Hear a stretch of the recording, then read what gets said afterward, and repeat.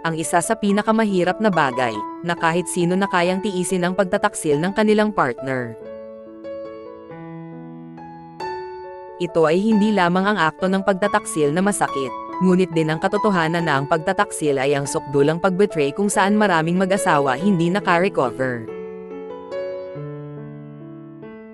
Kung ito ay isang one-night stand o isang long-term affair, ang tiwala ang pinakamahalagang sangkap ay sira. Kapag ito ay nawala, hindi naganap na babalik, if it ever comes back at all. Bagaman ang ibang mga couples maraming nakasurvive sa pagtataksil, ang iba ay hindi.